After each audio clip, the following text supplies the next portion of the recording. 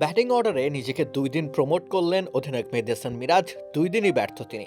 অন্যদিকে আরিফুল ইসলামের মতো তরুণ প্রতিভা সাইড বেঞ্চে বসে বসে সম্ভাবনা পচে যাওয়ার অপেক্ষার প্রহর গুনছে। কি অভাগা এক চরিত্র। ঢাকা ক্যাপিটালসের বিপক্ষে মেহেদী হাসান মিরাজ ব্যাটিংয়ে এসেছিলেন দলের 3 নম্বর ব্যাটার হিসেবে। 7 বলে 6 রান করে তিনি ফিরেছিলেন প্যাভিলিয়নে। রংপুর রাইডার্সের বিপক্ষেও সেই একই কাজ করলেন তিনি।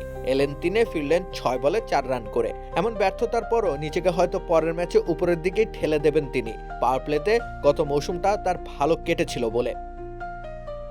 অথচ টিম কম্বিনেশনের অজুহাতে আরিফুল ইসলামরা একটা ম্যাচও খেলার সুযোগ পাবেন না। 2024 সালে এনসিএল টি20 টুর্নামেন্টে আরিফুল ঢাকা বিভাগের হয়ে 213 রান করেছিলেন 142 স্ট্রাইক রেটে।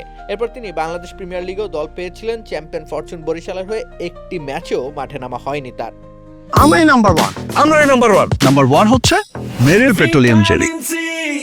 বরিশালের অধিনায়ক তামিম ইকবাল খান সেবার ঢাল হিসেবে দাঁড় করিয়েছিলেন টিম কম্বিনেশন। এ দফা বিপিএল নিলামের আগেই অবশ্য এনসিএল টি20 হয়েছে মঞ্চস্থ। গত আসরের মতো ততটাও আলোর প্রজ্বলন ঘটাতে পারেননি আরিফুল। 6 ম্যাচে 168 করেন তিনি 125-এর একটু বেশি স্ট্রাইক রেটে। তবে তিনি সম্ভাবনাময় একজন ক্রিকেটার, সেই ভাবনা থেকেই সিলেট টাইটান্স ভিড়িয়েছিল তাকে নিজেদের ডেরায়। কিন্তু ভাগ্য বদল আর হয়নি তার। দেশের একমাত্র ফ্রাঞ্চাইজি ভিত্তিক ক্রিকেট টুর্নামেন্টে নিজেকে বিকশিত করার সুযোগই মিলছে না। আগামী দিনে কান্ডারি হওয়ার কথা যাদের, তারাই বরং অবহেলায় দিন কাটাচ্ছেন।